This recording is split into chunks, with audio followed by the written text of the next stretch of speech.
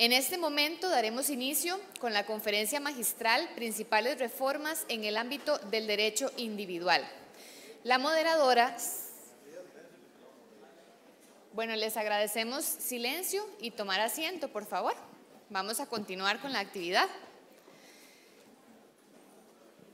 La conferencia magistral se denomina Principales reformas en el ámbito del derecho individual.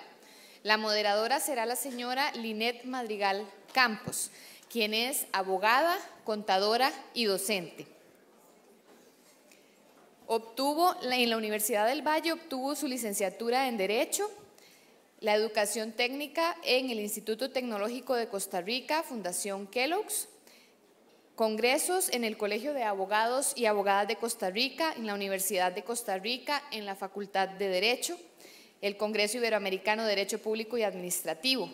Entre los principales foros destacan en el Colegio de Abogados y Abogadas, con la Fundación Friedrich Ebert, el Centro de Capacitación, el Banco Nacional, INAMU y Fundecooperación, Agencia Canadiense para el Desarrollo Internacional, Banco de Comercio Exterior de Colombia y Centro de Alta Tecnología, CENAT.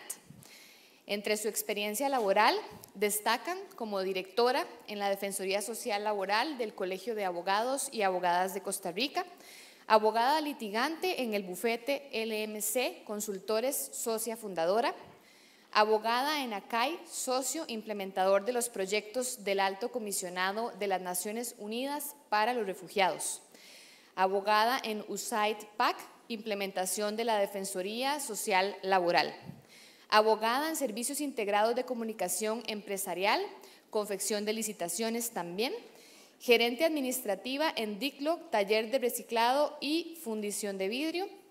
Y entre su experiencia en docencia, destacan en la UMCA, Universidad Metropolitana Castro Carazo, docencia en Derecho Laboral, docencia también en Derecho Laboral en la Universidad Católica y docencia en cursos de extensión en la Universidad Estatal a Distancia. Le damos la gran bienvenida. Muy buenos días, distinguido don Marcos, magistrados, magistradas, abogados y abogadas, invitados y público en general. Para mí es todo un honor presentar a don Marcos Amador Tenorio. Don Marcos Amador Tenorio es abogado y notario costarricense, especialista en Derecho Laboral y Seguridad Social. Es abogado certificado como conciliador y mediador de conflictos por parte del Colegio de Abogados y Abogadas de Costa Rica y del Ministerio de Justicia y Paz. Especialista en resolución alternativa de conflictos con énfasis en arbitraje internacional por la Universidad de Ciencias Empresariales y Mercantiles y el Colegio de Abogados y Abogadas de Costa Rica. Magíster en Derecho Laboral y Seguridad Social por la Universidad Estatal a Distancia. Doctor en Derecho egresado de la Universidad Estatal a Distancia. Fue director y presidente del Consejo Nacional de Salario en el cuatrienio 1994 a 1998. Ha sido profesor de Derecho Laboral Individual y Colectivo en la Universidad Central, Universidad Autónoma de Centroamérica, Huaca, y en la Universidad de Costa Rica. Imparte instrucción de Derecho Laboral a los abogados y abogadas de la Asamblea Legislativa, instructor de temas de Derecho Laboral del Colegio de Abogadas y Abogados de Costa Rica. Ha publicado varios artículos sobre su especialidad en los periódicos La Nación y La República. Actualmente es el coordinador de la Comisión Laboral del Colegio de Abogados y Abogadas de Costa Rica, quienes organizan esta actividad. Se desempeña como asesor parlamentario del Departamento de Servicios Técnicos Jurídicos de la Asamblea Legislativa, en donde le corresponde hacer los informes técnicos de proyectos de ley relacionados con el derecho laboral y la seguridad social, además de asesorar a diferentes comisiones legislativas en temas de procedimiento. En el proceso de reforma procesal laboral, asesoró al presidente de la Asamblea Legislativa y al ministro de Trabajo y Seguridad Social, haciendo importantes aportes a la discusión política que dio como resultado la reforma sobre la cual hablaremos el día de hoy. Don Marcos. Muchas gracias y muy buenos días de nuevo a todas y todos. Muchas gracias por venir. Me corresponde tocar el tema sobre las principales reformas en el ámbito del derecho individual. Cuando se plantea la reforma procesal laboral, efectivamente era una reforma del proceso. Sin embargo, el legislador se da cuenta, y además los diferentes actores participantes en ese momento en la discusión, de que había que hacer algunas reformas también en el ámbito sustantivo del derecho a efecto de poder tener viabilidad en la parte procesal. De ahí que hicieron algunos cambios en materia individual, que no son todos los que deseáramos, pero en fin, hubo algunos cambios importantes, y de los cuales vamos a destacar aquí unos 6 cambios importantes que tienen que ver con el derecho individual. En primer término, hay un cambio sustancial en la disposición sobre la carta de despido. Recordemos que la carta de despido está tipificada en el artículo 35 del Código vigente, y hay un cambio sustantivo en el siguiente sentido. Se mantiene la facultad del trabajador de solicitarle en caso de renuncia por mutuo acuerdo de despido con responsabilidad patronal. Hasta ahí estamos bien igual. Se convierte en obligatorio, ahora sí, su entrega cuando la terminación del contrato de trabajo se da por un despido sin responsabilidad patronal. En este caso debe darse una descripción detallada de los hechos que fundamentan el despido. Fíjense ustedes aquí que entonces, cuando el trabajador es despedido sin responsabilidad patronal, esto es, sin el pago de prestaciones, el patrono obligatoriamente debe darle la carta y debe detallar pormenorizadamente, como dice la norma, cuáles son los fundamentos para ese despido. En este último caso, la entrega de la carta se hará personalmente en el acto del despido, debiendo documentarse el recibido. Si el trabajador se negara a recibir la carta de despido sin responsabilidad patronal, el patrono deberá hacer lo siguiente: entregarla a la oficina del Ministerio de Trabajo de la localidad, y si esta no existiera, se entregará o enviará en la oficina más cercana de ese ministerio por un correo certificado, lo cual deberá hacerse a más tardar dentro de los 10 días naturales siguientes al despido. Por lo tanto, la práctica que se ha venido haciendo de dar la carta con 2 testigos ya no está permitido. Ya no se permiten los testigos, toda vez de que los testigos generalmente son mismos trabajadores de ese empresario o ese patrono de conformidad con el artículo 5 del Código de Trabajo. De forma tal que ahora, a través de la norma, se modificó el artículo 35 en ese sentido. Ese es el artículo 35 que tienen ustedes ahí más o menos. Los voy poniendo para que veamos qué es lo que se cambia. Pero en definitiva, la carta de despido sufre esa modificación, únicamente, reitero, en el sentido de que cuando el patrono despide al trabajador sin el pago de prestaciones, debe detallar en la carta de despido cuáles fueron los motivos, las razones pormenorizadas de por qué se dio ese despido, y esa carta sí es obligatoria entregarla, ¿verdad?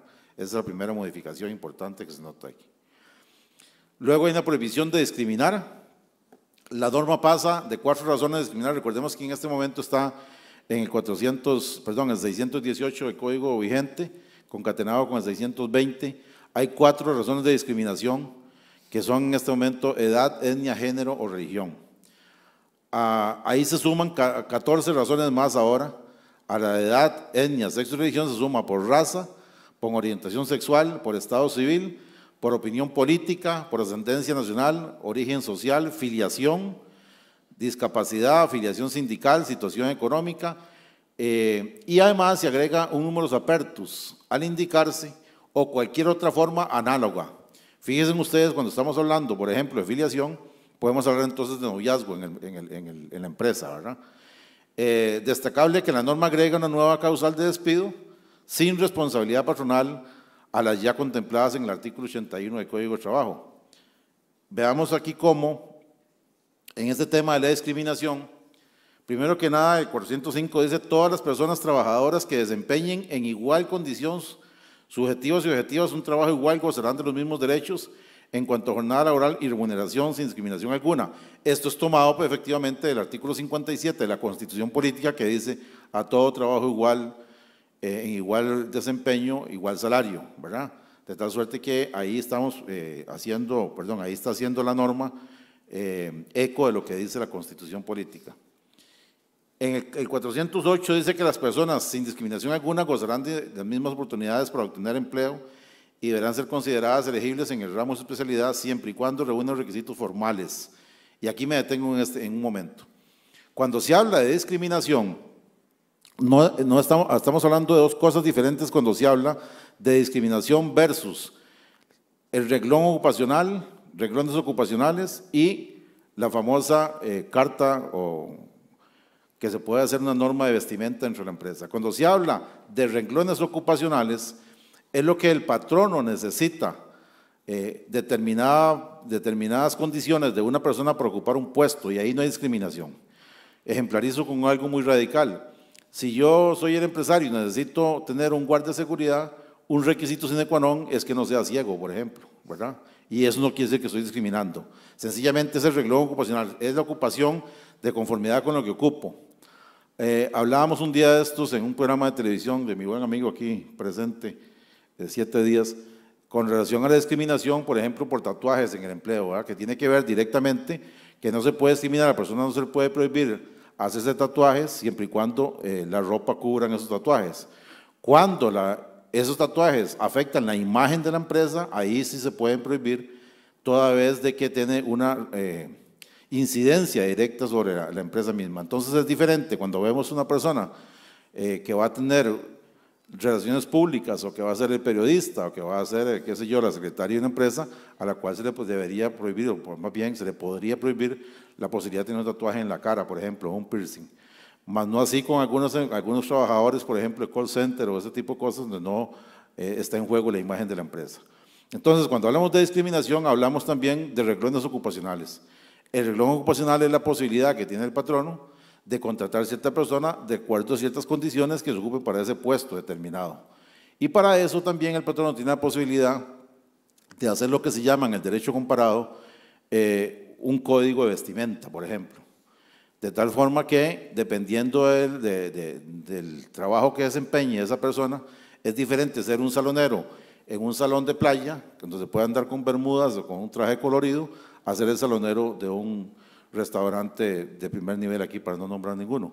De forma que esos son renglones ocupacionales y ahí debemos tener muy claro ese tema de la discriminación, para no confundirlo de que cualquier cosa que se haga es discriminatorio y que el patrón no estaría amarrado, no. El patrón siempre, recordemos que tiene la potestad de mando que le da la ley, la subordinación jurídica que tiene todo contrato de trabajo.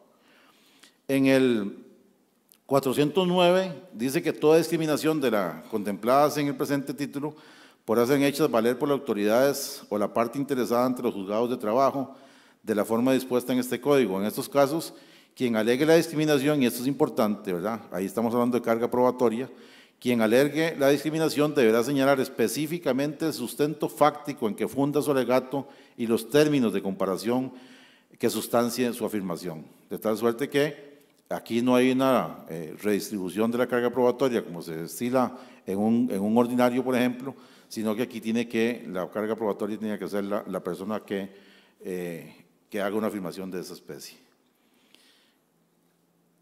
Voy a leerles porque me parece que se ve pequeño allá atrás. Este es el 410, que es muy importante. Los empleadores o empleadoras a quienes se les compruebe haber cesado a personas trabajadoras por cualquiera de los motivos de discriminación antes indicado, deberán reinstalarlas en su trabajo con el pleno goce de sus derechos y las consecuencias previstas para sentencia de reinstalación.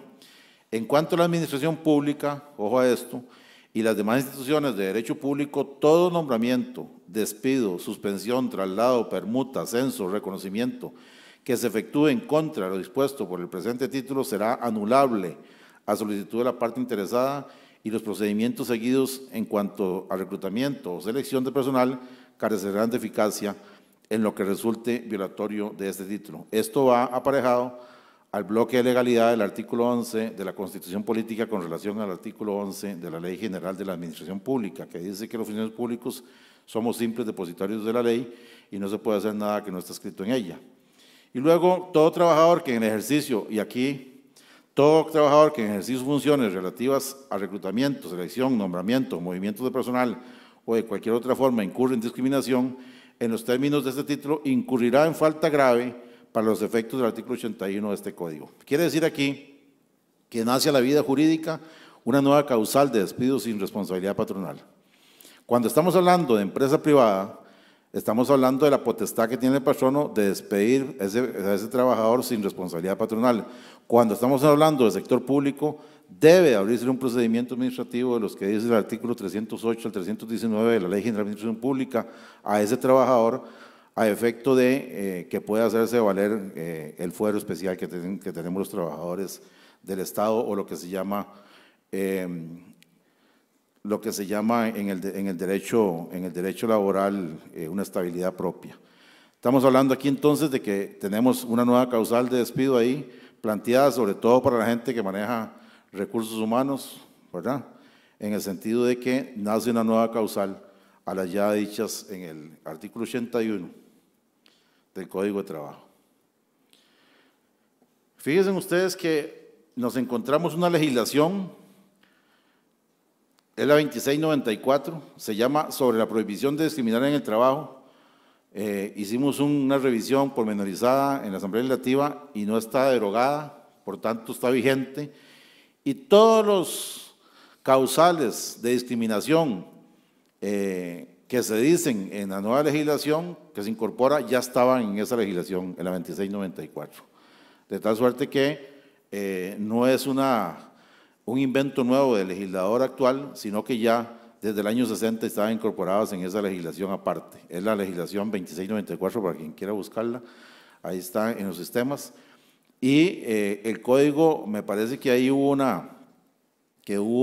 digamos, una falencia en el sentido de que esa legislación debió haber metido un transitorio para decir que se modificaba el artículo 618 con relación al 620 del Código de Trabajo, sin embargo no lo hizo, pero esa legislación efectivamente existe y es más o menos las mismas causales que se dicen en la legislación actual que estamos viendo. Otra importante variable es la prescripción y caducidad de las sanciones disciplinarias. Vean ustedes, en esta materia se dan 5 presupuestos. La prescripción de sentencias judiciales, ahora en adelante son 10 años, ¿verdad? Cuando se lleva a la vida la ejecución de la sentencia, una vez dictada una sentencia en materia laboral, ahí, ¿cómo se llama? Supletoriamente se aplica los 10 años del Código Civil. La prescripción anual de 1 año para que los trabajadores reclamen sus derechos una vez determinada la relación laboral, esto se mantiene igual. Una vez terminada la relación laboral sin prestaciones, tiene el trabajador 1 año de conformidad con el actual 603 del Código de Trabajo. La caducidad de los patronos para disciplinar a sus trabajadores de 1 mes desde que se dio o se entera la causa para la sanción. Los derechos y las sanciones de las personas trabajadoras para dar por concluido con justa causa su contrato de trabajo, ahora son de 6 meses, ¿verdad? Que no estaba estipulado de esa forma. Esta es la que está en el artículo 83 del Código de Trabajo. El artículo 83 habla de que cuando el trabajador puede irse de su trabajo cuando el patrono incurra en una falta grave del contrato de trabajo, en cuyo caso el trabajador tiene la posibilidad de pedir las prestaciones, cuando sea el patrono quien incurra en una falta grave, y en ese sentido, a partir de esta legislación, el trabajador tiene, una vez salido él de su trabajo, 6 meses para reclamar los derechos de sus prestaciones. Luego, los derechos de los empleadores para reclamar contra quienes se separen injustificadamente de sus puestos, conserva el mismo artículo 31, ¿verdad?, que es de 30 días. Esto es cuando el patrono, cuando un trabajador se va del trabajo, hace abandono de trabajo y no paga el preaviso estipulado en el artículo 28 del Código de Trabajo. A partir de ahí el patrono tiene 30 días para hacer valer ese derecho de conformidad con el artículo 31. La prescripción de los 2 años para sancionar las faltas cometidas a las leyes de trabajo y seguridad social. Cuando estamos hablando de faltas cometidas a leyes de trabajo y seguridad social, eso tiene que ver con la inspección de trabajo, que más adelante nos hablará aquí los expertos en la materia, tiene que ver entonces con 2 años de prescripción. Vean ustedes que ese artículo, el 412, habla de los 10 años cuando se habla de prescripción en materia de sentencias judiciales, o sea, cuando se va a la ejecución de sentencia. Bienvenido, don Orlando Aguirre, magistrado, era presidente de la Sala Segunda. El 413 dice que, salvo disposición en contrario, todos los derechos y las acciones provenientes de contratos de trabajo prescribirán en el término de 1 año. Y aquí es muy importante decir que en materia de prescripción se interrumpe por las siguientes causales, que ahora las tenemos claras, antes no estaban tan claras. Con la solicitud de la carta de despido en los términos que hablamos hace un rato, al principio del artículo 35. Luego, la interposición por parte del trabajador de la correspondiente solicitud de diligencia de conciliación laboral administrativa ante el Ministerio de Trabajo y Seguridad Social. Ojo, que no nos confundamos cuando se habla de que la gente fue a pedir una estimación de derechos al Ministerio de Trabajo. Eso no interrumpe la prescripción. Interrumpe la prescripción cuando ese trabajador solicita al Ministerio de Trabajo no solamente la estimación de derechos, sino también que solicita llamar al patrono a una conciliación. Esa es la que interrumpe, la anterior no lo interrumpe. En el caso de las acciones derivadas de riesgos del trabajo, con la interposición de reclamo ante el INS, ¿verdad? Y por cualquier gestión judicial y extrajudicial para el cobro de obligaciones, obviamente ahí también interrumpe, y no correrá prescripción alguna mientras se encuentre laborando a las órdenes de un mismo patrono. Eso se mantiene igual de conformidad con nuestra jurisprudencia, mientras que el trabajador esté laborando para el patrono, no interrumpe la prescripción, de tal suerte que ahí se hace perpetuo hasta el momento en que sea despedido sin responsabilidad patronal, o que salga o que rompa la relación laboral él mismo.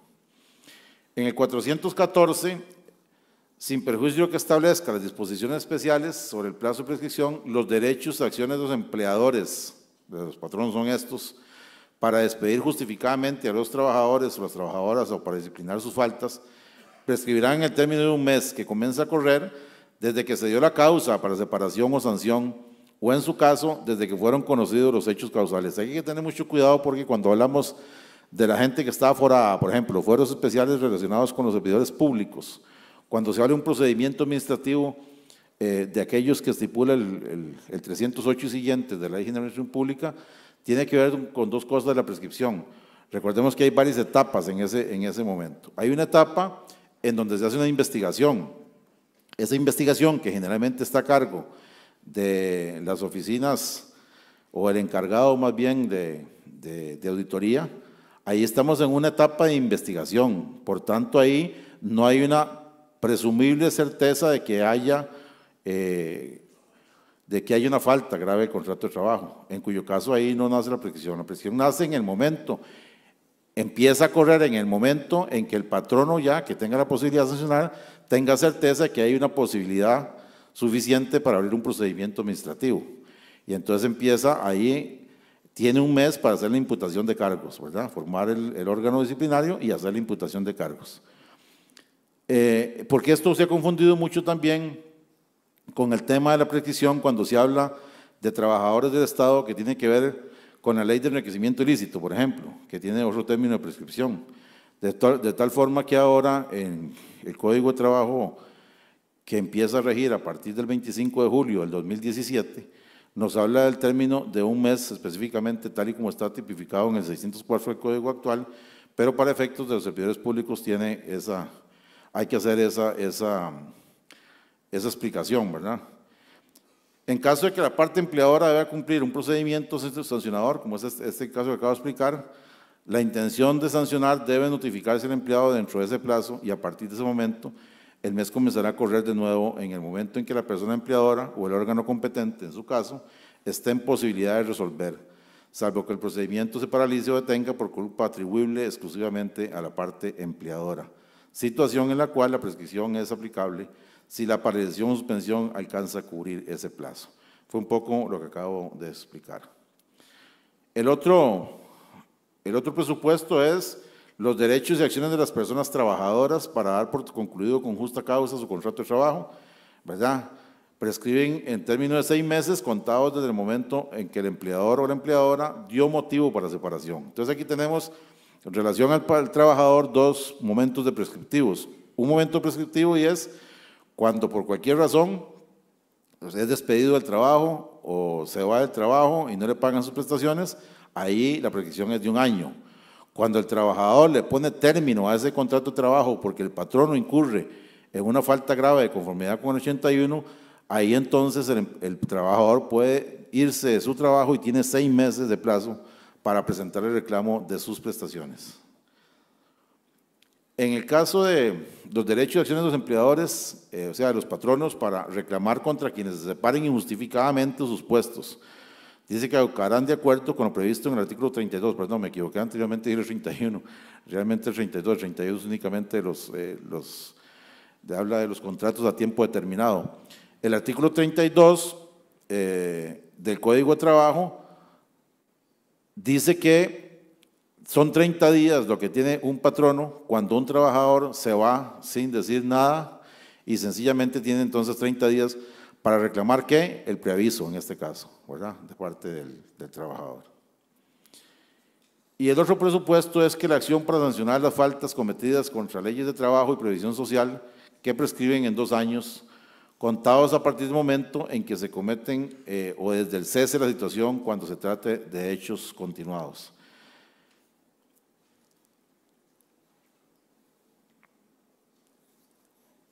El otro tema es el beneficio de la justicia gratuita. Estas cosas son las que están variando, ¿verdad? Ya vimos las 3 primeras y ahora vamos con el beneficio de la justicia gratuita. Recordemos que hoy en día los trabajadores no ocupan asesoría letrada, ¿verdad? Pero a partir de esta fecha, del 25 de julio del 2017, van a ocupar asesoría letrada. Y asesoría letrada para todas las personas trabajadoras menores de edad, las mujeres por su condición de embarazada o lactancia y para las que ganen menos de 2 salarios base del cargo de auxiliar administrativo del Poder Judicial. En este momento más o menos 2 salarios base andan como en 840,000 colones mensuales. Eso más o menos es el 80% de la totalidad de los trabajadores y quiero detenerme un poquito a explicar esto. El primer artículo, 453, habla de que el PANI suministrará asistencia legal gratuita a las personas trabajadoras menores de edad que necesiten ejercitar acciones en los tribunales, así como a las madres para el reclamo de sus derechos laborales relacionados con la maternidad. Quiere decir esto que no importa la cantidad de dinero que gane una mujer en estado de embarazo, si es despedido por esa razón, ¿verdad? Recordemos que además esa es una de las causales de aforados que están en el artículo 94 bis del Código de Trabajo, de las mujeres en estado de embarazo, tienen también la posibilidad, independientemente de cuánto es su salario, de ser asesoradas por el Patronato Nacional de la Infancia. El otro es las personas trabajadoras cuyo ingreso mensual último o actual no supere 2 salarios base del cargo de auxiliar administrativo, de conformidad con lo dispuesto en el artículo 6 de la Ley del Presupuesto Ordinario y Extraordinario de la República para el ejercicio económico del año 2015. Tendrán derecho a asistencia legal gratuita costeada por el Estado para tutela sus derechos en conflictos jurídicos individuales. Las modificaciones hechas administrativamente a eso no cuentan para esta legislación. Y la limitación económica indicada en esta norma no rige para las madres y los menores de edad respecto a la asistencia especial del Estado a quienes tienen derecho, ni para el caso de discriminación en violación a lo dispuesto en el título 8º de este código. Entonces tenemos para estos efectos, las personas por discriminación tampoco van a tener, no tienen necesidad de decir cuánto es su salario, sino que ahí tendrán la posibilidad de asistencia gratuita. Las madres embarazadas, los menores de edad, de conformidad con el artículo 91 de la Ley de la Niñez y Adolescencia, las mujeres embarazadas de conformidad con el 94 y 94 bis del Código de Trabajo, y las personas discriminadas de conformidad con el 404, 410 de la nueva legislación. Luego, nos dice la norma que el Colegio de Abogados y cualquier otra organización gremial, organización gremial, pueda constituir por su cuenta centros o redes de asistencia legal gratuita con fines de servicio social. La persona designada para atender un asunto asumirá el papel de director profesional con todas las responsabilidades que ello implique y en ningún caso sus honorarios correrán a cargo del Poder Judicial. Las organizaciones definirán a lo interno la forma de prestación del servicio, pudiendo convenir con la organización el pago de los honorarios en montos menores a los fijados en las tarifas existentes a la prestación de servicio mediante el pago de un salario.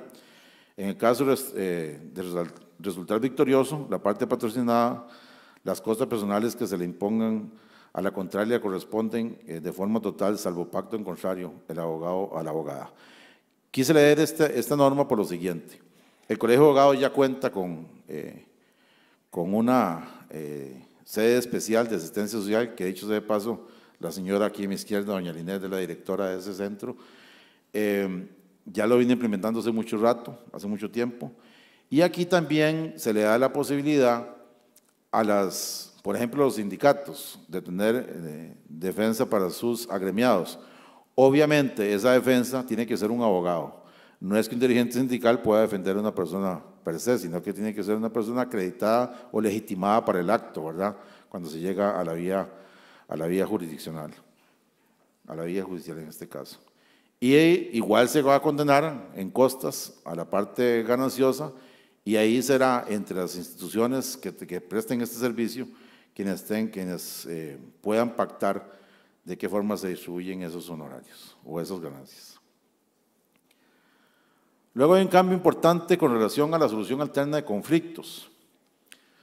En armonía con la Ley de Resolución Alternativa de Conflictos y la Paz Social, se refuerza la conciliación en los centros de resolución alterna de conflictos privados, en la jurisdicción administrativa del Ministerio de Trabajo y la vía judicial, y se introduce como innovación importante el respeto a los derechos irrenunciables e indiscutibles, además de la posibilidad de negociación para la administración pública y las demás instituciones de derecho público. Ojo muy importante en este tema de la conciliación.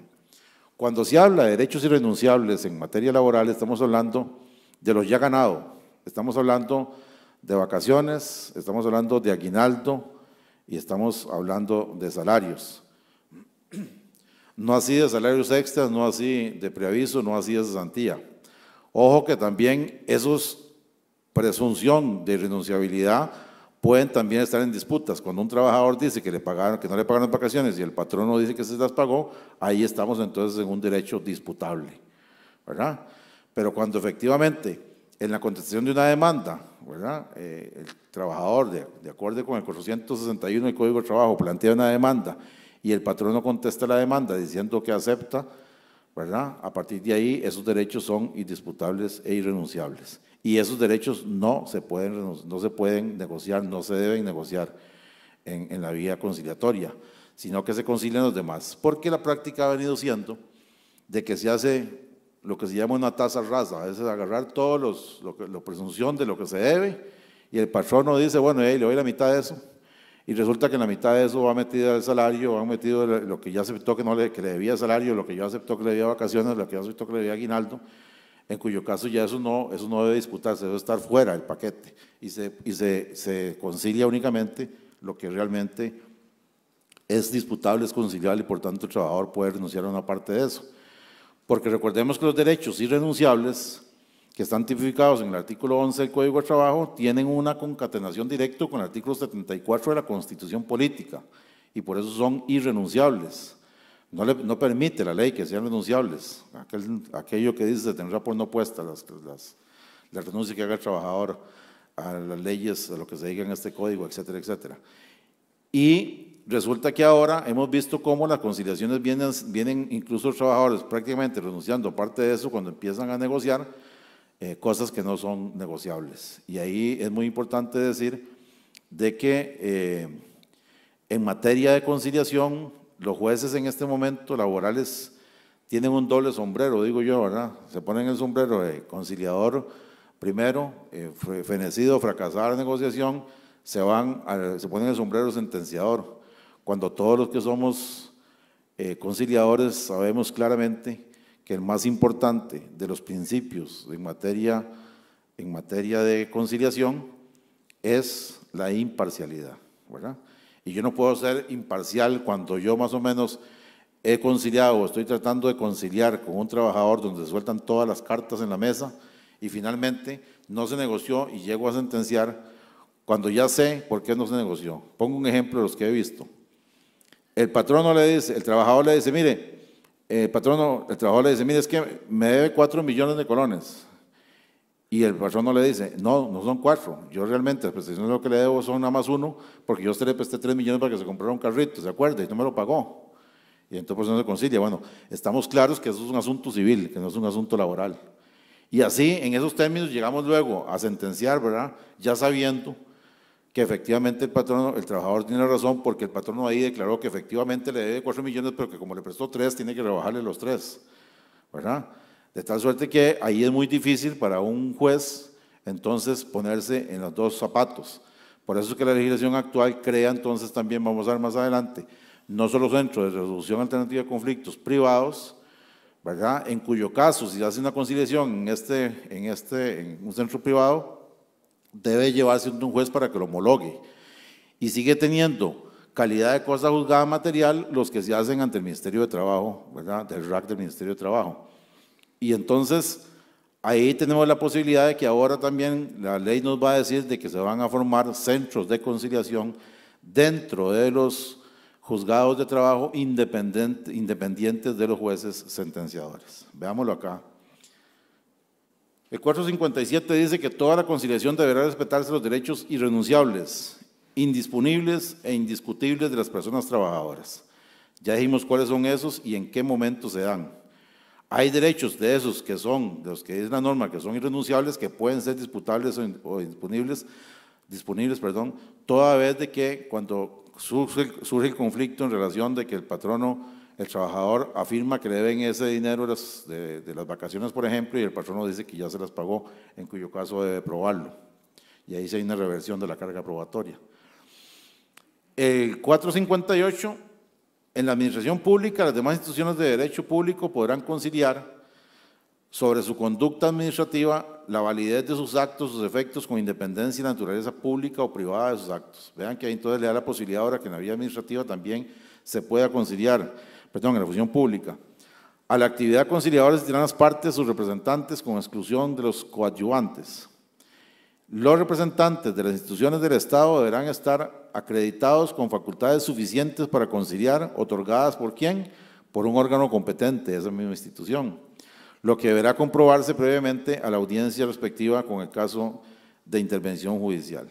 Cuando corresponda conciliar a la Procuraduría General de la República, se requerirá la autorización expresa del Procurador General de la República o del Procurador General Adjunto, quienes deberán oír previamente al Procurador Asesor. De tal forma que la norma nos da la posibilidad ahora que también en la vía administrativa se pueda llegar a la conciliación. Cuando leemos, nada más antes de esta firmina, para terminar la anterior, cuando leemos aquí el tema de la conciliación, es que leyendo en su conjunto toda la reforma que se hace a la legislación laboral, la pretensión del legislador es que la menor cantidad posible de casos, ojalá, se vaya a la vía judicial directamente, sino que se abre la gran posibilidad de conciliar todo lo que se pueda. ¿Por qué? Porque cuando vemos más adelante que cabe la posibilidad de conciliar en vía privada, en vía administrativa, valga así el Ministerio de Trabajo, le da la posibilidad a cualquier órgano de abrir conciliaciones. Y luego hay una oficina de conciliación especializada también en el Poder Judicial, pero además de eso, cuando se inicia el proceso, que ahora son 2 etapas, acordémonos, ¿verdad? Que lo vamos a ver más adelante con gente que va a exponer acá, otros especialistas van a exponer acá, vamos a ver que esas 2 etapas, hay una primera etapa, en esa etapa se subsana el proceso y además cabe la posibilidad también, una vez más, ahí de volver a conciliar, ¿verdad? Que la conciliación no fenece en el momento en que entramos en esa etapa. El otro presupuesto que cambia también es el amparo laboral para trabajadores aforados. Acordémonos que en los fueros especiales de protección tenemos los siguientes. Tenemos el fuero especial de protección para las mujeres embarazadas o periodo de lactancia. Eso está en el artículo 94 y 94 bis del Código de Trabajo. Tenemos los trabajadores menores de edad, trabajadores que van de 15 años a 18 años, que están en el artículo 91 de la Ley de la Niñez y Adolescencia. Tenemos el fuero especial de los trabajadores del Estado, ¿verdad? Ese fuero especial de protección por estabilidad propia, que se regula en la Ley General de Administración Pública. Tenemos el fuero especial de protección para los dirigentes sindicales, lo que se llama el fuero sindical, que de conformidad con el convenio 135 de la OIT y el voto 5000 del año 93, también engloba a todos los dirigentes de los trabajadores libremente electos. Esto quiere decir que también engloba a los trabajadores representantes de sus compañeros para hacer un arreglo directo, ¿verdad? Los comités permanentes que están en el 504, 505 y 506 del Código de Trabajo. Esos también tienen ese fuero especial de protección por la concatenación que nace de la ley misma, ¿verdad? Que va del 367 al 370 del Código de Trabajo, concatenado con el 135 de la OIT y el voto 5000 del año 93. De tal suerte que ahí tenemos también un fuero especial. Tenemos un fuero especial de protección también para las personas acosadas por acoso sexual y que están en la ley especial de acoso sexual, y también para las personas acosadas laboralmente o moving, que no tienen una legislación, pero que supletoriamente se aplica la ley de acoso sexual en el empleo y la docencia. Y además tenemos el fuero especial ahora para las personas discriminadas, de tal suerte que ahí tenemos una serie de fueros especiales de protección. En estos fueros especiales de protección se diseña un proceso sumarísimo, es lo que semejante al amparo constitucional, por eso ahorita se le está dando en llamar el amparo laboral. El juzgado sustanciará, dice la ley, el proceso en 24 horas siguientes al recibo de la solicitud, y dice la norma, posponiendo cualquier asunto de diversa naturaleza que tramite en el despacho. Vean ustedes la normativa, lo que dice. Las personas trabajadoras, tanto del sector público como el privado, que en virtud de un fuero especial gocen de estabilidad en su empleo o de procedimientos especiales por ser afectados, podrán impugnar en la vía sumarísima prevista en esta sección con motivo del despido o cualquier otra medida disciplinaria o discriminación, la violación del fuero especial de protección de procedimientos a que tiene derecho, formalidades o autorizaciones especialmente previstas. Recordemos que aquí es obligatorio también agotar la vía administrativa en el siguiente sentido. Cuando se hable un procedimiento administrativo contra un trabajador del Estado, debe de abrir el proceso administrativo que habla la Ley de Administración Pública.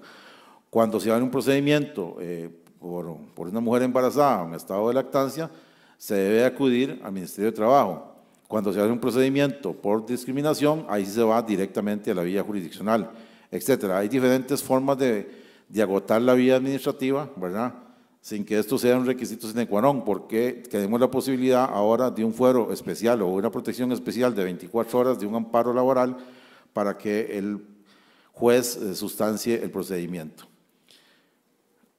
Este artículo 94 bis que nos encontramos en la norma, recordemos que el 94 bis fue reformado por la legislación, y aquí tenemos un problemita que se tiene que resolver en la vía legislativa. Fíjense ustedes lo que dice. La trabajadora embarazada o en periodo de lactancia que fuera despedida en contravención con lo dispuesto en el artículo anterior podrá gestionar ante el juzgado de trabajo su reinstalación inmediata con pleno goce de todos los derechos mediante el procedimiento establecido en el título 10º de este código. Párrafo siguiente. Aquí tenemos el error.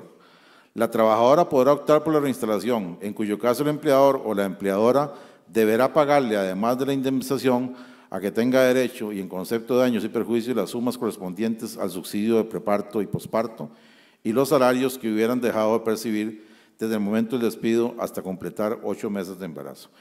Parece más bien que la norma quiso decir la trabajadora podrá no optar por la reinstalación, ¿verdad?, en cuyo caso ahí quedó abierto. Fíjense ustedes que el Departamento de Servicios Técnicos, en el informe de servicios técnicos 19.000, al expediente 19.243, aquí lo tengo, hizo la advertencia a la Asamblea Legislativa desde el 6 de agosto del 2015, advirtiendo aquí precisamente que el artículo 94, dice, leo textualmente lo que dice el informe de servicios técnicos, de la reforma procesal laboral, ley 90, que entrará dentro de 18 meses, y dice en otro margen, el artículo 94 bis regula 2 supuestos, como son la reinstalación de la trabajadora embarazada despedida o bien que ésta no opte por la reinstalación, en cuyo caso deberá pagársele los extremos laborales respectivos. No obstante, la nueva redacción que regirá a partir de tal fecha, ¿verdad?, no, se omitió la palabra no en el segundo supuesto. De ahí que en vez de decir que la trabajadora podrá no optar por la reinstalación, dice la trabajadora podrá optar por la reinstalación, en cuyo caso el empleador o empleadora deberá pagarle, etcétera, etcétera, etcétera. Fue una advertencia que hizo servicios técnicos, sin embargo, no fue tomada en cuenta en ese momento procesal, y lo que me parece a mí que sí aquí es plantear un expediente legislativo a fin de que sea corregido, ¿verdad? Pero notamos que hay una falencia ahí importante en ese tema. Vamos a pasar esta filmina porque ya me sacaron la tarjeta amarilla. Es que aquí sacan tarjeta amarilla, cuando a uno ya le faltan minutos. El régimen laboral de los servidores del Estado. La norma define quiénes son funcionarios públicos, es muy importante, ¿verdad? Elimina el régimen de pago de prestaciones a los funcionarios electos popularmente y a los altos jerarcas del Estado. Y finalmente, en reconocimiento de los regímenes de Estado como patrono único, se establece que los servidores públicos que reciban auxilio de cesantía no podrán ocupar cargos remunerados en ninguna dependencia del Estado durante un tiempo igual al representado por la suma recibida por dicho concepto. Me explico, si un funcionario público le pagan las prestaciones de 8 años que dice el 29 del Código de Trabajo, durante 8 años no puede volver a la función pública. Si ese trabajador tiene, digamos, una convención colectiva que dice que son 20 años, ¿verdad?, de cesantía, pues durante 20 años no puede volver a la función pública, ¿verdad? Vieron aquí cómo lo describe la norma. Trabajadores del Estado, dice quiénes son los trabajadores del Estado, ahí no hay mucho que agregarle, pero dice en este, que casi no se ve, que es muy pequeño, cuáles son las personas que de conformidad con la nueva legislación no se le pagarán prestaciones, ¿verdad? El presidente, la presidenta, los vicepresidentes, los diputados, los alcaldes, los regidores, los ministros o viceministros, oficiales mayores, magistrados, etcétera. Todos los funcionarios de alto nivel del sector público en adelante no se le pagarán prestaciones cuando terminan su cargo en la función pública, con excepción obviamente de los que se pensionen, ¿verdad? Y luego los servidores públicos que reciban auxilios de cesantía no podrán ocupar cargos remunerados en ninguna dependencia del Estado durante un tiempo igual al representado por la suma recibida por dicho concepto o bajo otro título por indemnización, reconocimiento de antigüedad o cualquier otra prestación similar pagada por la parte empleadora, etcétera, etcétera. La Procuraduría General de la República es la que está llamada entonces a regular estos temas en el Estado, de forma tal que aquí se reconoce, como ya lo reconoció la jurisprudencia hace mucho tiempo, que el Estado es un patrono único, y en virtud de ser un patrono único, independientemente en cuál dependencia, autónoma, semiautónoma, etcétera, trabaje usted, ahí en ese momento no puede trabajar otra vez con el Estado si han pagado las prestaciones. Yo digo esto porque me sacaron esta. Muchas gracias.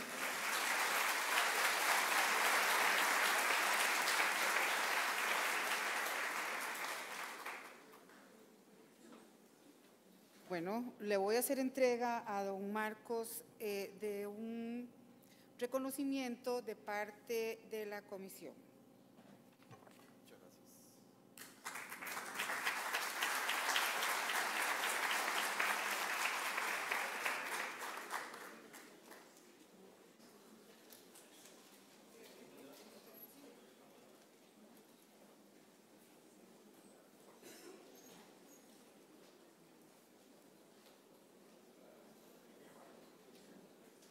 No vamos a hacer preguntas después de este periodo por el tiempo que vamos un poquito contra él.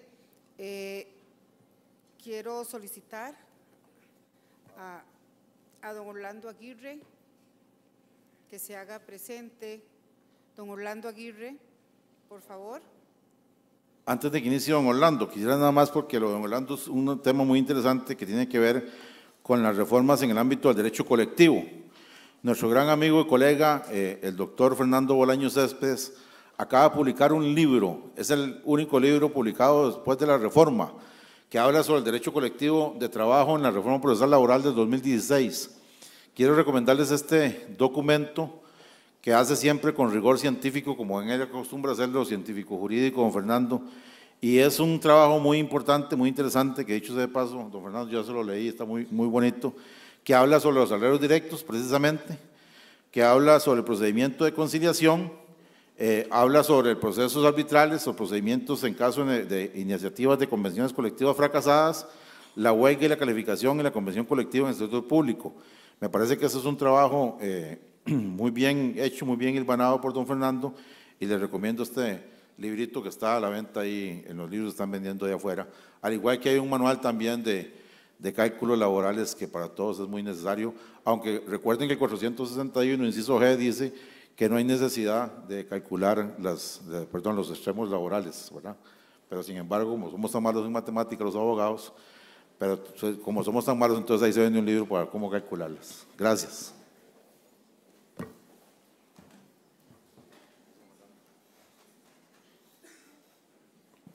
Muchas gracias a doña Linet y a don Marcos Amador por su participación.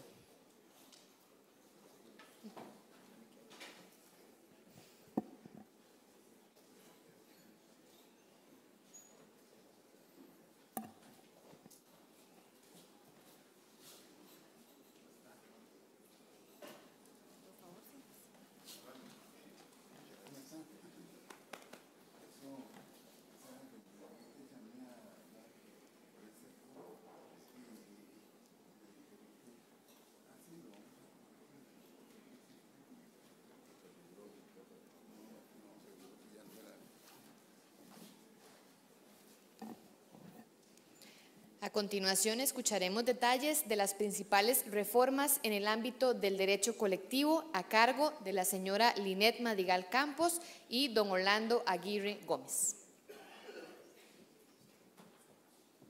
Buenos días nuevamente, don Orlando, un placer tenerlo por acá. Buenos días a todos y todas. Voy a hacer la presentación de don Orlando Aguirre Gómez. Él es licenciado en Derecho y notario público. Él ha participado en múltiples actividades académicas.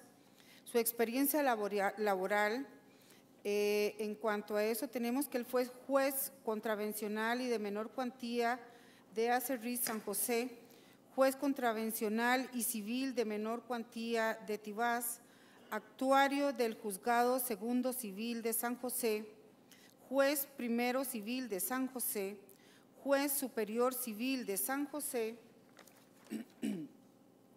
magistrado de la Sala Segunda de la Corte Suprema de Justicia a partir de enero de 1989, presidente de la Sala Segunda de la Corte Suprema de Justicia.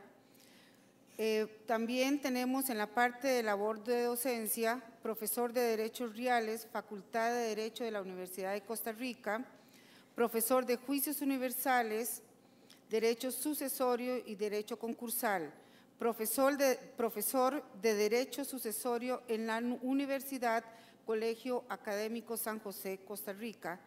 Ha participado como docente en numerosos programas de capacitación para jueces y personal de apoyo de tribunales de justicia, así como en numerosos talleres y seminarios nacionales e internacionales relacionados con la administración de justicia.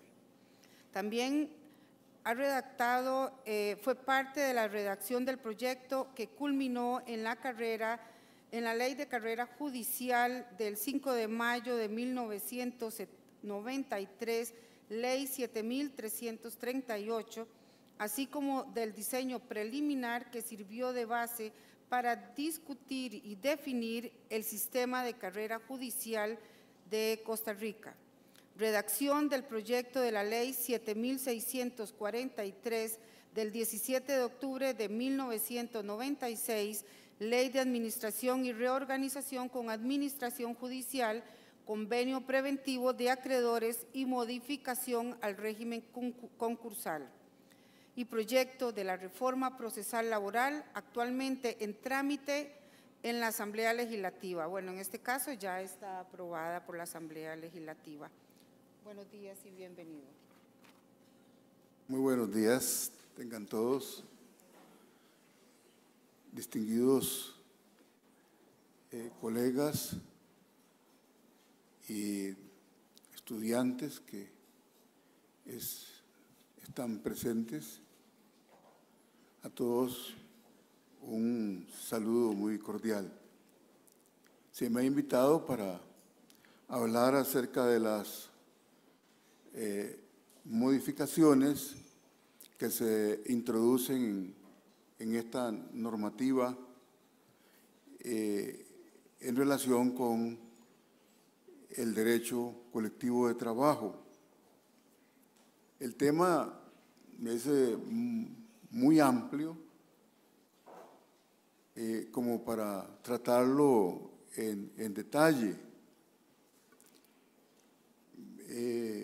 Amén de que casi todos estos temas de derechos colectivos de trabajo, así lo constatamos y lo experimentamos durante la presentación del que fuera entonces proyecto a las partes sociales, como en la tramitación en la sede legislativa, son temas no muy pacíficos.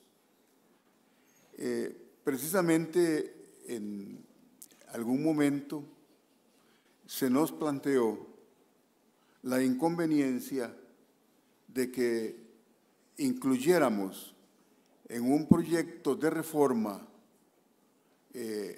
procesal propiamente temas sustantivos relacionados con el derecho colectivo de trabajo y así como también temas procesales relacionados con ese derecho. Yo en algún momento respondí que trabajar en un diseño, digamos, de un proceso para la calificación de la huelga no tenía sentido si al mismo tiempo no se hacía posible el ejercicio por parte de los titulares del derecho como debe ser. Y además, con la experiencia que he tenido, me parecía que era una lástima desaprovechar la oportunidad para hacer un rediseño del procedimiento de la solución de los conflictos económicos y sociales, que lo hiciera una herramienta más útil para los trabajadores de este país. Como ustedes saben, actualmente tenemos algunas reglas de procedimiento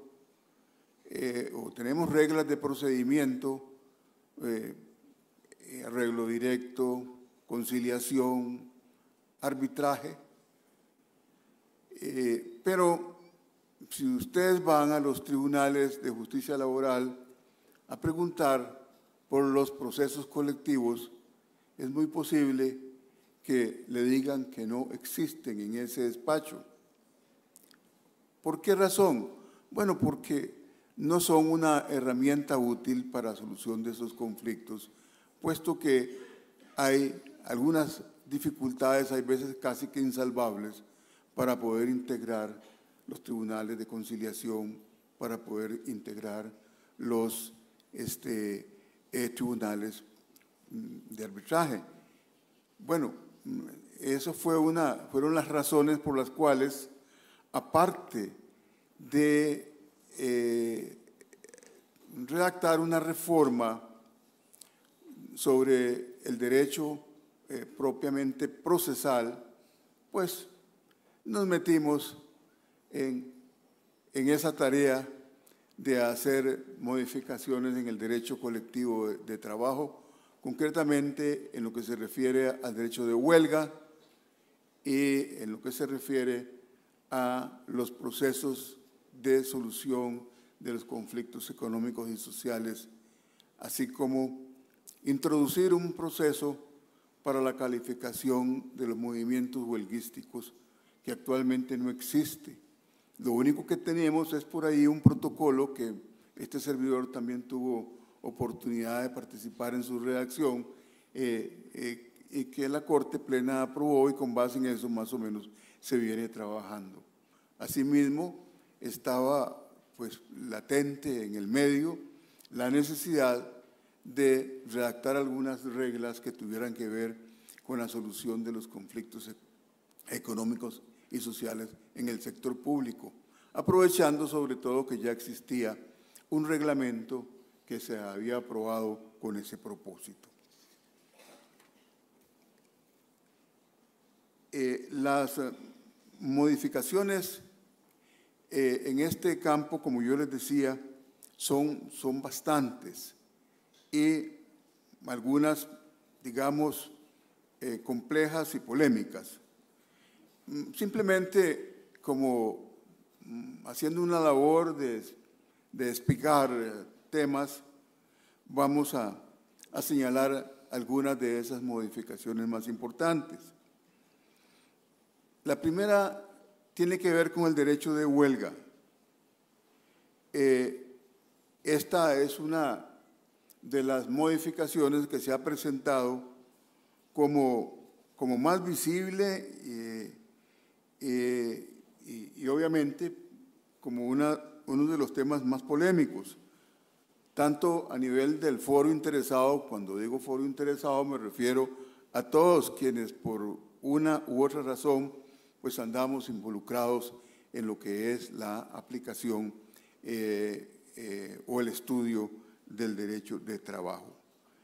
Dentro de las novedades, la primera es la que tiene que ver con la definición misma del derecho de huelga, porque se presenta como más amplia para comprender no solo la huelga como paro absoluto de labores, sino las distintas modalidades que ya conocemos que existen según la doctrina, como las huelgas escalonadas, por señalarles algunas, y las intermitentes, etcétera, etcétera.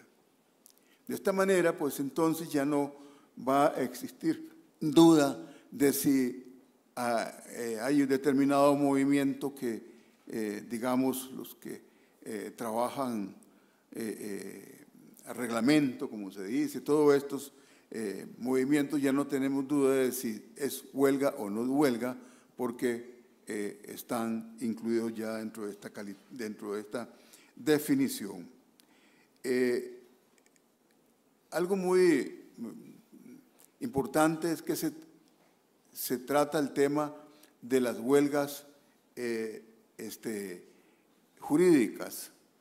Este es un tema muy polémico. Aquí yo sé que y lo experimentamos durante la formulación de estas propuestas, personas que nos decían, bueno, no, es que si hay un incumplimiento jurídico, para eso están los procesos individuales de trabajo. Vayan a los procedimientos individuales y ¿por qué tenemos que hacer una huelga? Bueno, pero hay incumplimientos que son, digamos, incumplimientos generalizados de los arreglos mismos, de los arreglos conciliatorios, de las convenciones colectivas. Es decir, hay una serie de situaciones que siendo ya jurídicas, envuelven un interés colectivo y algunas veces hasta un fraude colectivo, de manera que lo propio es que esa legitimación para la presión, para el interés propiamente colectivo, pues subsista. Hay otro aspecto que nos parece importante y que se introdujo para flexibilizar el ejercicio del derecho de huelga, y es aquel de si es toda la empresa o si puede hacerse por sectores, porque cuando el código nos habla de porcentajes de apoyo de un 60% de la empresa, pues se nos está diciendo que es del total de la empresa. Esto hace todavía más difícil el ejercicio de ese derecho. Por eso se introduce como modificación expresa la posibilidad de que la huelga sea en toda la empresa o la institución o en algún departamento o en algún sector, o puede ser en algún gremio específico de la empresa.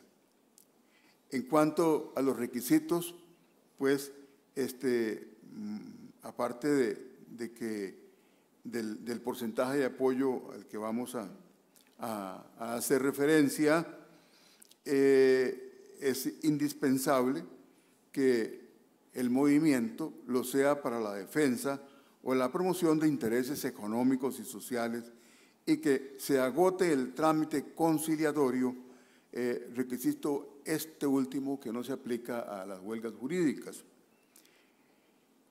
Es importante señalar que, bueno, nosotros pensábamos que el ejercicio de estos derechos está como coartado, según la legislación actual, al extremo de que si siguiéramos al pie de la letra las normas, hay que, obviamente, que la huelga es la última ratio para la solución de un problema, pero en el sistema actual no solo hay que agotar los procedimientos conciliatorios, sino que hay que pedir la calificación previa para ir a una huelga. Esto es como pedir permiso para hacer la huelga. Sin duda que obstaculiza mucho y esa es una de las razones por las cuales prácticamente todas las huelgas en Costa Rica son declaradas ilegales, porque es bastante difícil, complejo cumplir con este requisito. El sistema actual en el que estamos proponiendo, el que ya se aprobó en esta normativa, esta calificación previa desaparece y entonces una vez que se inicia el movimiento y se agotan esas fases conciliatorias, desde luego si se trata de movimientos de promoción de intereses o de defensa de intereses colectivos o económicos y sociales, pues si se agotan eso se puede ir legalmente cumpliendo ya con todos los requisitos. La calificación viene a posteriori a instancia, puede ser de los sindicatos, de los trabajadores, todo el que tenga interés en la calificación, pero normalmente el que tiene más interés en la calificación, pues va a ser el empleador. El apoyo a la huelga se varía sustancialmente. Se varía sustancialmente porque actualmente lo que se exige es un 60% del total de los trabajadores de la empresa. Esto es contrario a los principios más elementales de la jerarquía de las normas, porque tenemos elevado rango constitucional y hemos firmado muchos convenios en los cuales se tutela el derecho de huelga, pero en la norma inferior, el Código de Trabajo, dictamos normas que tienden a imposibilitarlo. Es decir, las normas internas, las normas de inferior rango son para desarrollar y hacer posible los derechos fundamentales, no a la inversa. Y aquí tenemos la exigencia de que es un 60% de los trabajadores de la empresa. Esto prácticamente está obsoleto, inclusive de acuerdo con fallos constitucionales y con criterios de la Organización Internacional del Trabajo, pero es necesario o se propuso. Nosotros habíamos propuesto un 40%, pero en la Asamblea Legislativa se optó por una mayoría simple, es decir, que dice que se necesita más del 50%, más de la mitad, ¿verdad?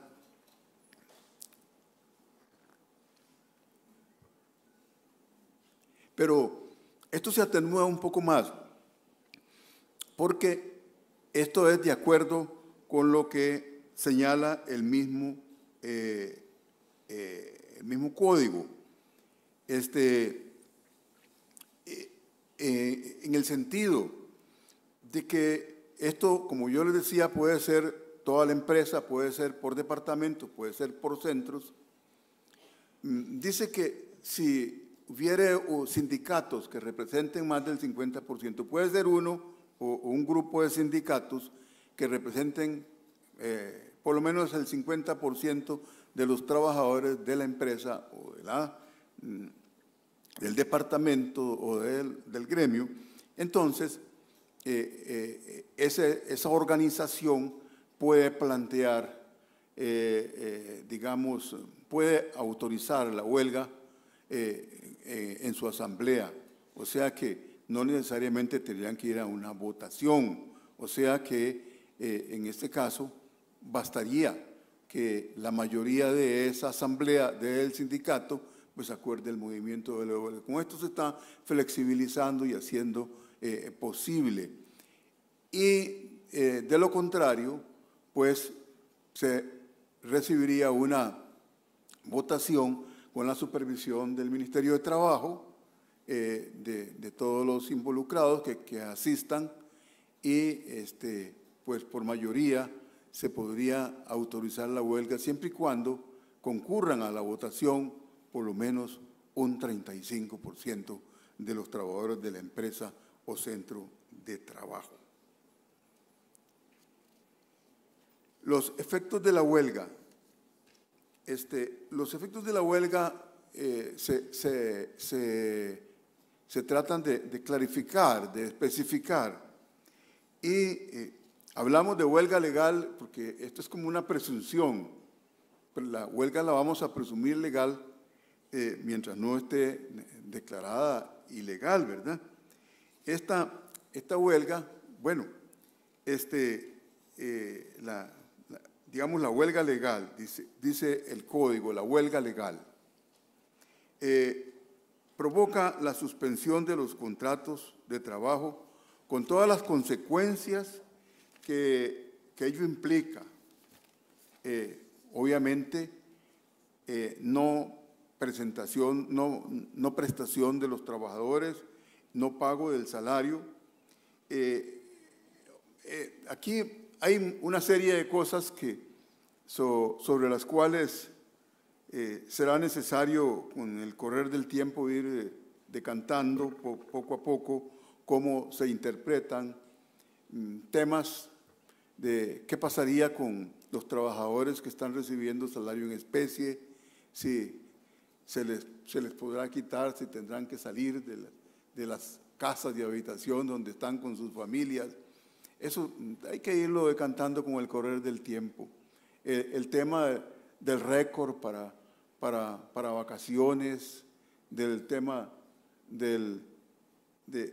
es decir, hay una serie de aspectos que tienen que ver con las prestaciones que será necesario ir decantando con el correr del tiempo.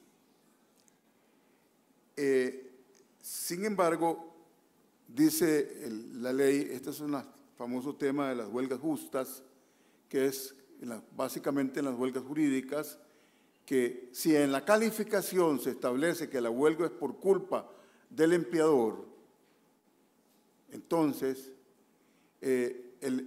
los trabajadores van a seguir en huelga sin prestar el servicio, pero el empleador va a tener que pagarles el salario, continuar pagándoles el salario. Está en el artículo 386 que tiene que ver con ese tema de las huelgas justas. Bueno, hay otro tema que yo creo que perdió importancia. No es que perdió importancia, es el de las huelgas en los servicios esenciales. Nosotros habíamos apostado por regular las huelgas en los servicios esenciales. En materia de servicios esenciales, bueno, hay varios temas que son importantes.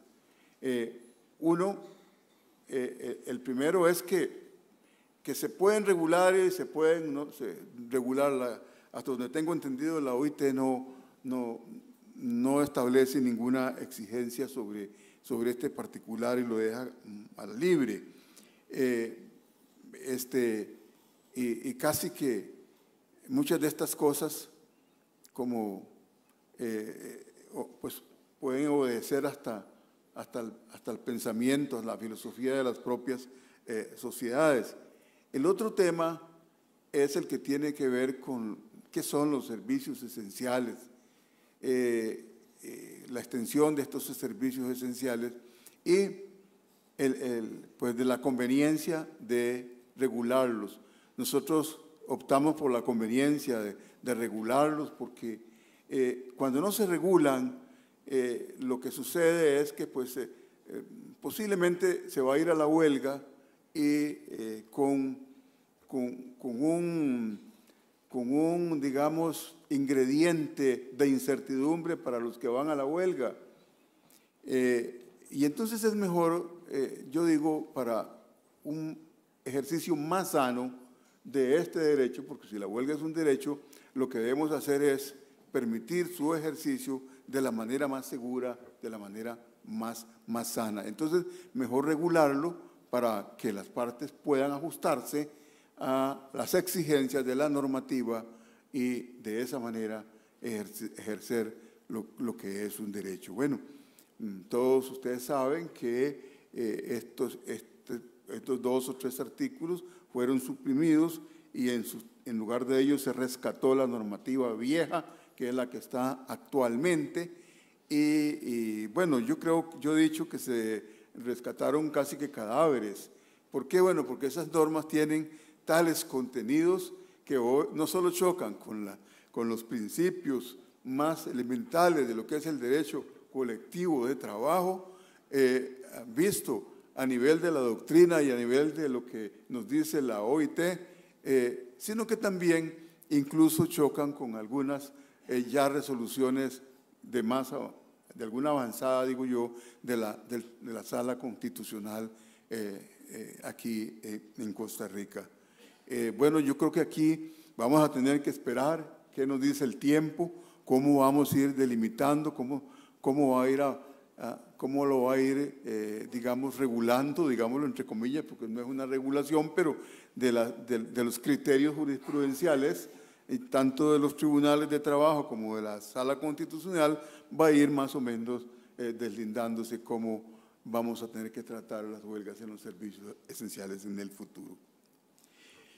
En cuanto a medios de solución de los conflictos colectivos, en cuanto, digamos, a lo que son las herramientas que se ofrece actualmente, arreglo directo, conciliación y arbitraje, siento que pues ahí se mantienen esos institutos. Pero en lo que es propiamente el íter procesal de unos y otros sí se introducen correcciones. A mí me parece interesante destacar que en el arreglo directo, pues que es para aquello que se realiza entre empleadores y los comités o comités permanentes que se puedan nombrar, normalmente para solucionar temas coyunturales, por lo menos yo lo he entendido así. Se introduce una regla que nosotros pensamos que era necesaria y es el producto de algún pensamiento de la Sala Segunda que yo integro.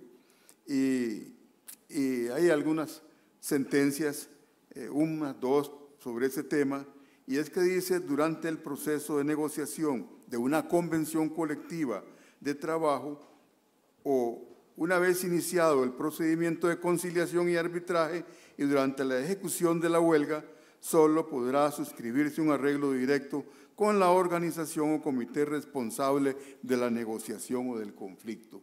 Y esto es así porque muchas veces se iniciaba una negociación colectiva en una empresa y la empresa con un comité de trabajadores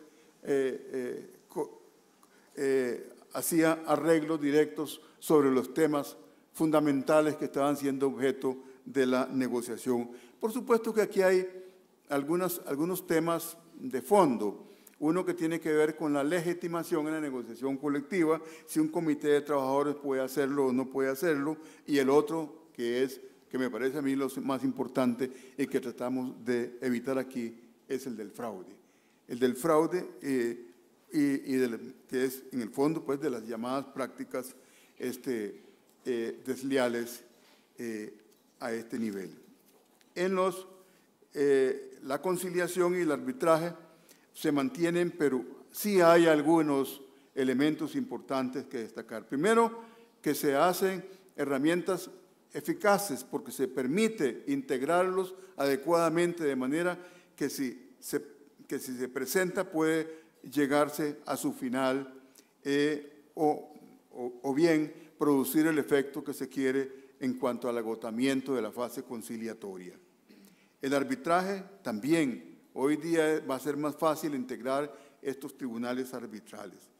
En estos casos conviene destacar lo siguiente, digamos, la adecuada reestructuración a que me estoy refiriendo, la posibilidad de desjudicializar las soluciones, porque estamos regulando el tema de tal manera que la conciliación y el arbitraje se puede hacer judicialmente como es ahora, pero se puede hacer en el Ministerio de Trabajo o también en centros privados de conciliación que las partes escojan. No es que actualmente el Ministerio no participa, desde luego que sabemos que tiene una gran participación en los temas de solución de conflictos, no solo jurídicos, sino también de este nivel, pero de esta manera estamos institucionalizando y haciendo posible que los acuerdos que ahí se adopten tengan los efectos como si hubieran sido tomados en la sede judicial. Por ahí también cabe señalar como otro tema que se regula y es el del procedimiento de las iniciativas de convenciones colectivas fracasadas. Esto es, si la convención pues fracasa, en la negociación se puede llevar a esta sede para agotar la fase conciliatoria y eventualmente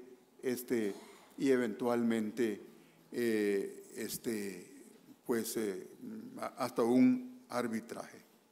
Bueno, yo les dije que hay un procedimiento de calificación de huelga y que introducimos el tema importantísimo como lo es el de la solución de los conflictos económicos y sociales en el sector público.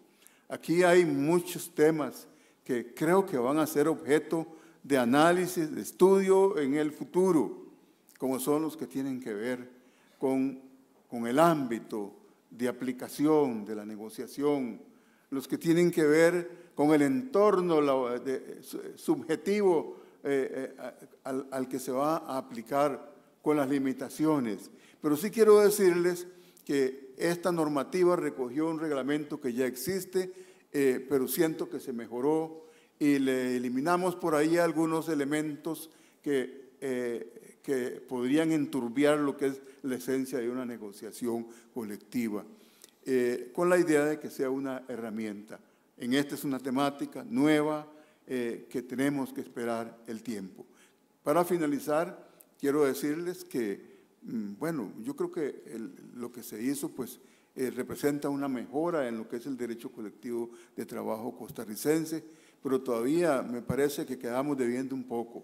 Por ahí hay algunos temas muy álgidos, como es el de los llamados comités de trabajadores y todo aquello que tiene que ver con la necesidad de crear una cultura de negociación que sirva de base ya para lo que es la confección, lo que es la estructuración de las bases jurídicas que regulan las relaciones de trabajo entre trabajadores y empleadores, o sea, capital y trabajo, todo en pro de una relación más armoniosa y, por supuesto, que en pro de lo que todos estamos luchando siempre, que es el trabajo digno. Muchas gracias.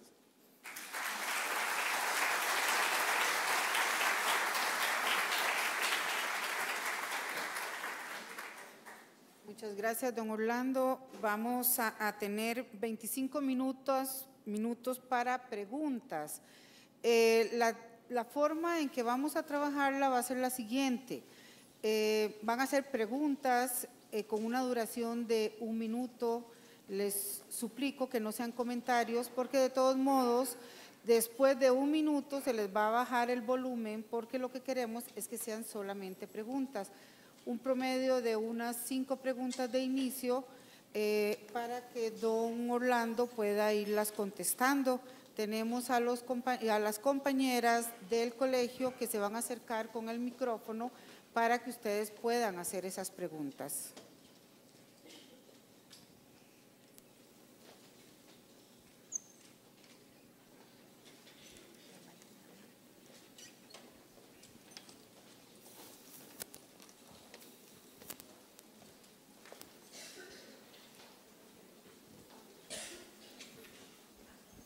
Gracias.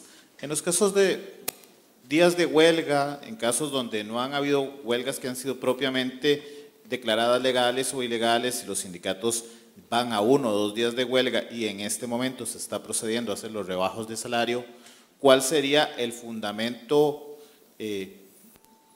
jurídico o jurisprudencial para este tipo de comentarios, más con base en lo que usted está diciendo, que prácticamente la huelga acá está prácticamente subdesarrollada y prácticamente es materialmente imposible manejarla? Bueno, me parece que usted se refiere a, digamos, a movimientos de huelga, digamos que no fueron objeto de ninguna calificación. O sea que los trabajadores holgaron por algunos días y entonces ya pues volvieron a su trabajo. Obviamente que aquí hay un tema, y el tema tiene que ver con el cumplimiento del trabajo. Digamos, ya no es un problema de la huelga propiamente, porque bueno, ahí hablamos de un movimiento, ¿verdad? Nada más, que no fue objeto de ninguna calificación, y de seguro que lo que ha sucedido en eso que usted está diciendo es que el empleador dice, "Ay, ustedes no vinieron a trabajar, entonces no les pago", ¿verdad? Pero yo diría que digamos, la reacción del empleador está en función de que no trabajaron, no en función de que la huelga haya sido calificada de legal o de ilegal, porque me está diciendo que no ha sido objeto de esa calificación. Yo sé que en el sector público con frecuencia sucede que hay grupos de trabajadores que paran por hacer una protesta y después son 2 días y al tercero ya siguen trabajando. Eventualmente, me parece que los empleadores podrían no pagarle a los que no se presentaron a trabajar.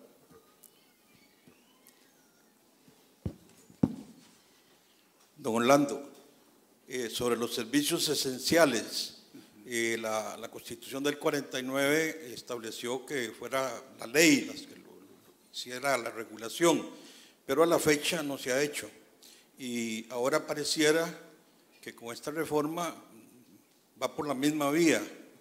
¿Han previsto alguna forma de poder conceptualizar esos servicios esenciales? Porque es las cosas más difíciles a la hora de la calificación de las huelgas y ha dado como resultado fallos contradictorios entre diferentes jurisdicciones. Sí.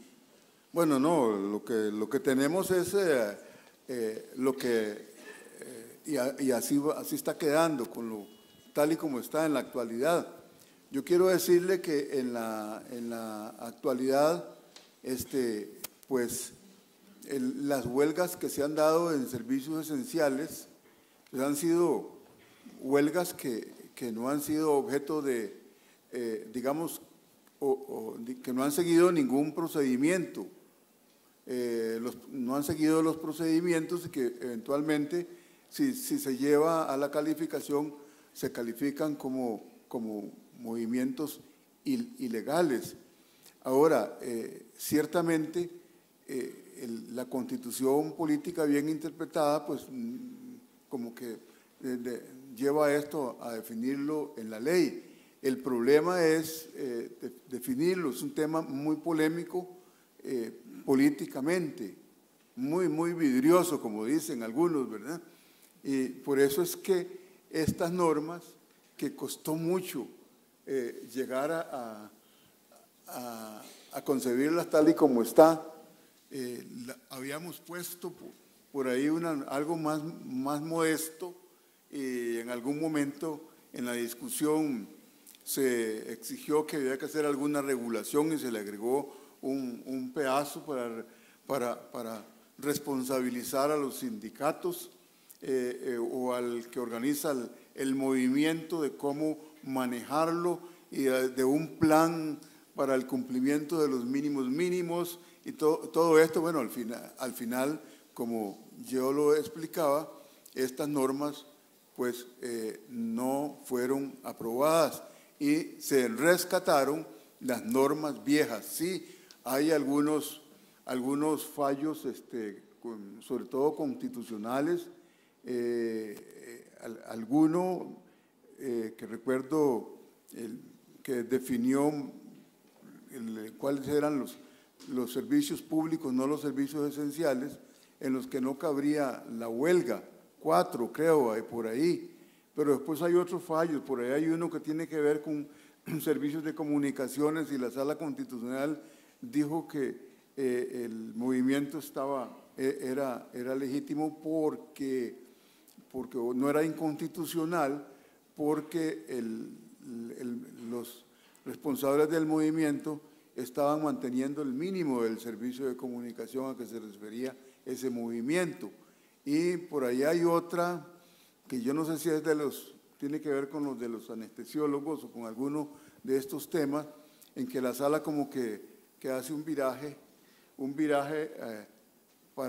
y eso está contradictorio, porque por un lado señala que es posible, pero a la hora de resolver el amparo, creo que lo acogieron considerando que se habían violentado los servicios esenciales. Es decir, tenemos que ir, yo le decía, esperando, solo será el tiempo que nos venga a decir cómo vamos a ir con las mismas normativas, digamos, redefiniendo o definiendo qué son esos servicios esenciales, hasta dónde se puede hacer huelga en esos servicios esenciales. Don Orlando, la reforma procesal laboral crea condiciones para incentivar el desarrollo del sector sindical en el área privada, básica y fundamentalmente porque esa era la expectativa del OIT originalmente, crear espacios para que se fortaleciera el desarrollo en el sector privado y erradicar el temor, obviamente, de los empleados de las empresas privadas a sindicalizarse. Sí, bueno, usted toca un tema pues que vale la pena plantearlo. La OIT siempre ha estado preocupada porque Costa Rica es un país donde no hay negociación colectiva, es decir, la negociación colectiva prácticamente es nula, sobre todo en el sector privado, ¿verdad? Y en alguna oportunidad vino aquí, cuando estábamos trabajando en este tema, una delegación de la OIT encabezada por un jurista argentino de apellido Golding, y la misión que traía era pedir que se eliminara la existencia y la participación de los llamados comités de trabajadores en las empresas privadas, porque con estos comités de trabajadores pues se hacían negociaciones y se estaba sustituyendo, digamos, la legitimación para la negociación colectiva, que en teoría pues sería para los sindicatos, pero que con estos digamos, comités pues estaban realizando una especie de negociación que a juicio de estos señores no estaba acorde, es decir, que no era una verdadera negociación. Ellos, bueno, yo recuerdo haber conversado con estos señores, ellos estuvieron en la Asamblea Legislativa, nosotros habíamos propuesto mantenerlos, porque eso es una parte de la cultura costarricense, el que existen estos comités en las empresas, mantenerlos y dándoles cierta legitimación para la solución de conflictos coyunturales, siempre y cuando pues, no hubiera sindicato. En un principio esta regla se estaba aceptando, para la OIT eso no era siquiera suficiente, sino que habría que eliminarlo del todo, precisamente para buscar un objetivo como el que usted señala, cuál es el de fortalecer la sindicación en el sector, digamos, fortalecer el movimiento sindical en el sector privado. Como todos sabemos, también este fue un punto muy, muy caliente en las discusiones y finalmente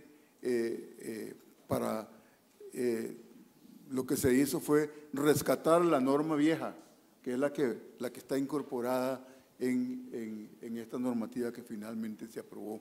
O sea que esas ideas de eliminar los comités con el propósito de fortalecer la actividad sindical y la negociación colectiva en el sector privado, que es una de las preocupaciones de la OIT, pues eso no se pudo lograr.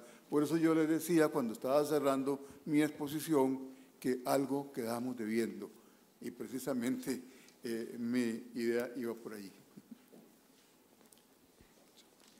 Don Orlando, ¿qué pasa con el patrocinio para los trabajadores públicos cuando se trata de procedimientos disciplinarios dentro de la administración pública? Específicamente, bueno, me estoy refiriendo a la reforma, ¿cómo prevé eso? Específicamente pongo el caso de los acosos sexuales, en donde la persona víctima tiene que, al plantear la denuncia, tiene que acudir a un procedimiento y no tiene patrocinio. ¿La reforma contempla esas posibilidades? No, señor. El patrocinio letrado gratuito que contempla esta ley es para la sede judicial, para tutelar a los trabajadores que necesitan acudir a estrados judiciales en demanda de un derecho. Ya a lo que es a nivel administrativo hay dos formas. Algunas instituciones, como el Poder Judicial, le suministra a las personas alguna asistencia letrada a través de creo que de la defensa pública. Y si no es así, pues me parece que lo procedente es que sean las organizaciones sindicales de las empresas, las organizaciones sindicales de las instituciones, los que den esta asesoría a las personas que las necesiten.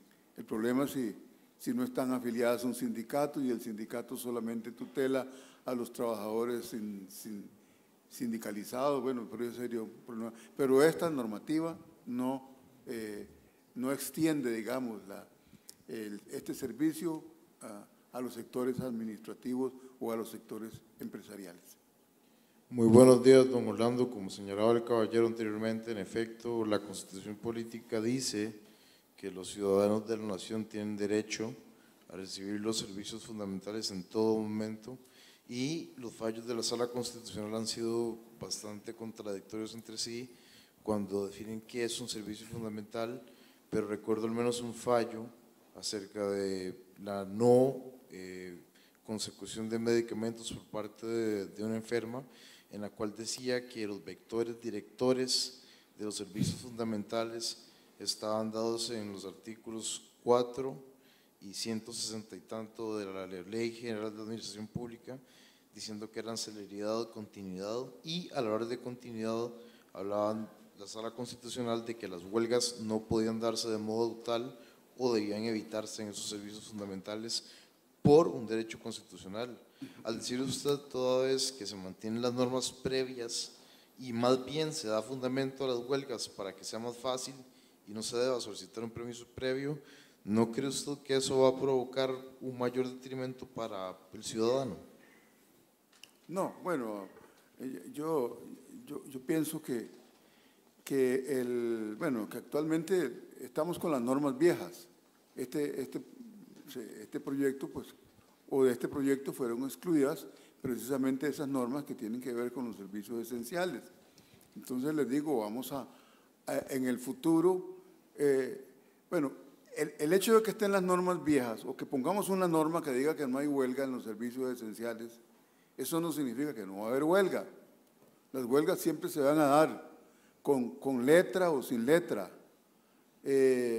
con prohibición o sin prohibición, ¿verdad? Porque las huelgas responden generalmente a la existencia, casi son a la existencia de un conflicto económico, de un conflicto relacionado con las condiciones laborales, y entonces con o sin prohibición siempre vamos a tener huelgas. Por ejemplo, en la huelga de los anestesiólogos, que todos la recordamos, fue en servicios esenciales, y la huelga se dio, y posiblemente, yo no sé los resultados que alcanzaron, pero las huelgas han venido dándose así, de esa manera, y después de cierto tiempo, pues, de huelga, las partes se ponen de acuerdo, firman un documento y lo llevan a la jerarquía institucional para que lo apruebe, y entonces ahí se lograron los objetivos. Lo que buscábamos, ¿verdad?, era precisamente regular el ejercicio del derecho de huelga en ese tipo de servicios, de manera que se pueda ejercer y que se mantenga por lo menos un mínimo, o sea, tratar de compaginar ambas situaciones. Pero les repito una vez más, las normativas quedaron excluidas, no hay regulaciones en esta ley sobre servicios esenciales.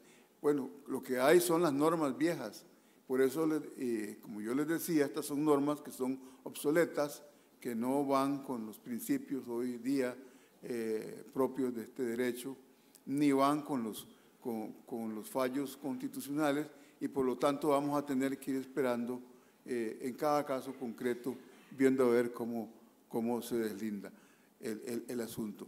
Yo creo que, bueno, en alguna oportunidad que un periodista me entrevistó, yo le dije que habíamos perdido una oportunidad de emitir regulaciones, y yo creo que pasada esta oportunidad va a ser bastante difícil, o tendremos que esperar muchos años para que venga otro momento en el cual intentemos, o alguien intente, ya no nosotros, tratar de regular estos temas.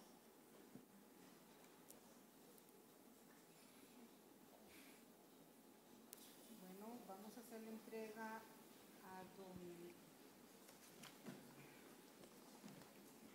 don Orlando, un reconocimiento. Gracias. Muchas gracias.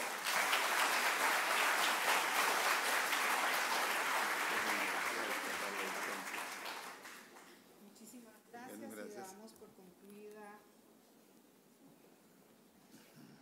Muchas gracias, y damos por concluida esta primera parte. Le doy la palabra. Agradecemos nuevamente a doña Linet y a don Orlando por sus aportes.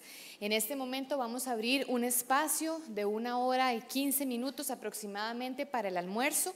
Les indico que el restaurante del Colegio de Abogados está abierto para el que guste visitarlo. Buen provecho y nos vemos de regreso. Gracias, bueno. don Orlando.